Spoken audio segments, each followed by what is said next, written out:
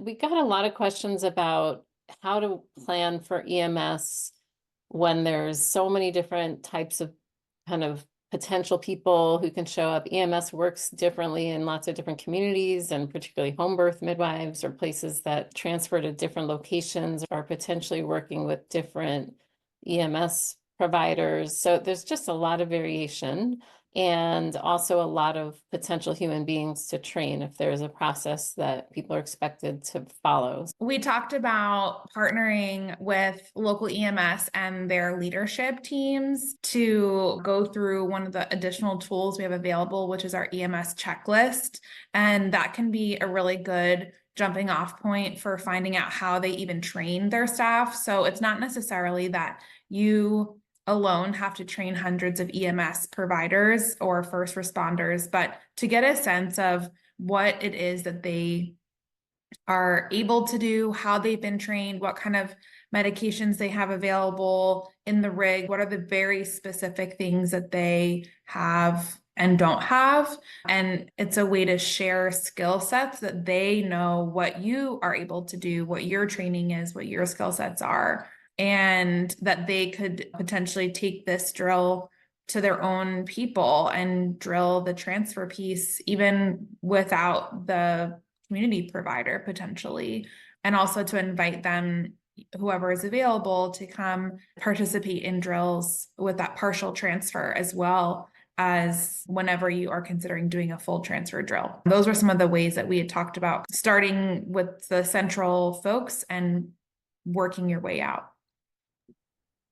I want to add that the checklist that Jen mentioned is something that we developed, and that's part of the American Association of Birth Centers EMS toolkit, which we developed the whole toolkit, including that checklist. But also in that toolkit is a PowerPoint presentation that that birth centers can use and can adapt, like edit a few of the slides that have placeholder content with content about their own birth centers, and then can go and present that. So one way, training hundreds of volunteers is in fact one of the approaches that you can take. And we've done that. I was part of a team that did that with several squads or whatever of EMS providers in the state of North Carolina, and training, kind of training days. And so we got in there and did a training on what midwives are, what birth centers are, what kinds of emergencies they might encounter, what kinds of non-emergent transfers they might be involved in. And then they also got some additional related training on some of the clinical skills, like using a NEOT for CPAP. So it was a great training day, and it takes a lot to pull something like that off, and not every community that's an option, but hopefully it's an easier option to execute with a tool like that. And so that's available for ACNM, or not ACNM, AABC members through their website, and we can help you navigate and find that if it's a resource you're looking for. All right, Suzanne, go ahead. Yeah, you took the words right out of my mouth, essentially. What I have found in my work with EMS is that they really crave training. They have a lot of heavy requirements for training hours that they have to do with their crews. So although it would be a heavy lift, as you mentioned, Amy, I think if you could develop a training for maybe the 2 or 3 agencies that you work with most often, and just say, we will offer this on a regular basis for your crews, so that hopefully you catch the new people every time you do it. I think done right, most EMS services would really welcome that. And as you said, you could train hundreds of their volunteers.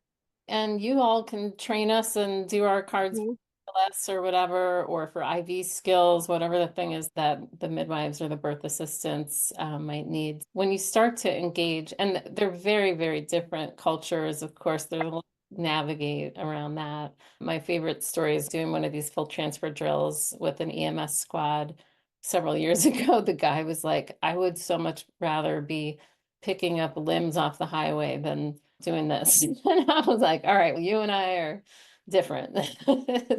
But hey, we're both there that day to figure out how to safely transfer babies, and we had a great day. That was educational, I think, for everyone. But It's fun to have those kinds of encounters. It can be a real win if you need training or if you need just better collaboration and participation from EMS and can achieve that by showing up a couple times a year to do a workshop or something for them. I can briefly touch on like getting access to EMS if you want. That was something that we struggled with for a long time on our outreach committee. We had reached out to just by going to their website, Hennepin County EMS, using the contact information there, and just not getting any responses, or maybe getting one response like that they think about it and get back to us, and then us following up like never hearing back. And so ultimately what worked is when we had a really challenging scenario with EMS, we debriefed with the hospital as we typically would. And this is a hospital that already have really great transfer relationships with us. They know that we provide great care. So there wasn't like a question of, we weren't dealing with having to prove ourselves as providers, and just talked about how we could really use an opportunity to debrief and can you help us connect? And then the OB medical director connected us to their EMS director. And then we had a really great meeting with him, but realized that actually wasn't the EMS service that we used. So still had a great like relationship building opportunity. But then of course that EMS director knew the correct EMS director. And so then when that EMS director contacted us, the one that we actually needed to talk to responded because it was from a colleague that they knew. And then after several conversations with that one, they invited us to speak at their statewide EMS director conference last year, where we could connect with many, and we asked them to share their contact information with us for anyone that would like further ongoing contact or to connect with the midwives in their area. So for us, really finding the in like through the system.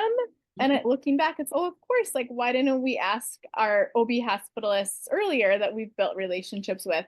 But that was like a light bulb moment after we felt like we've been hitting our heads on the wall for a long time. Yeah. And if hospitals are sitting around wondering what they can do to be helpful, I think just, yeah, like helping open doors with EMS is one way, or just using their power to make this easier. Thanks for sharing that, Kate. That's great.